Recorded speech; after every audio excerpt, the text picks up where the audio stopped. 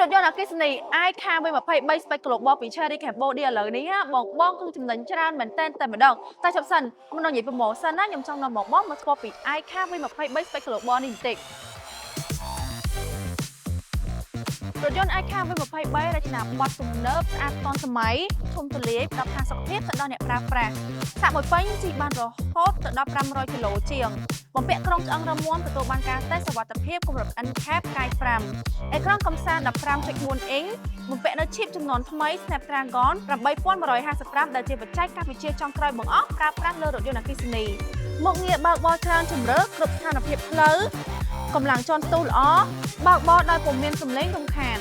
ឥឡូវនេះកំពុងតែមានប្រូម៉ូសិនពិសេសចំណេញលើចំណេញតែម្ដងសម្រាប់ខែមេសានេះបញ្ចុះតម្លៃ$3000ភ្លាមសម្រាប់រថយន្ត i-Car នេះពីតម្លៃ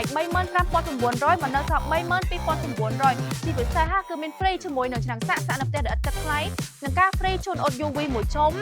free ជូនកម្រាលជើង VIP ក៏ដូចជាស្លាកលេខវែងលើពីនេះទៅទៀត i-Car V23 មានការធានារយៈពេលវែងរហូតដល់8ឆ្នាំឬក៏160,000គីឡូម៉ែត្រទិញភ្លាមដឹកជញ្ជូនទៅដល់ផ្ទះបងភ្លាមដែលឥតគិតថ្លៃរនឡើងមកពីព្រោះការផ្ដល់ជូននេះមានកំណត់ការផ្ដល់ជូននេះមានចាប់ពីថ្ងៃផ្សាយដំណឹងនេះរហូតដល់ថ្ងៃទី30ខែមេសាសម្រាប់ព័ត៌មានបន្ថែមបងអាចអញ្ជើញមកកាន់ទីតាំងការិយាល័យលក់ដែលមានទីតាំងស្ថិតនៅផ្លូវ OCIC ខណ្ឌជ្រោយចង្វារឬក៏បងអាចតាក់ទងមកកាន់Facebook Page Cherry Cambodia ក៏បានអរគុណ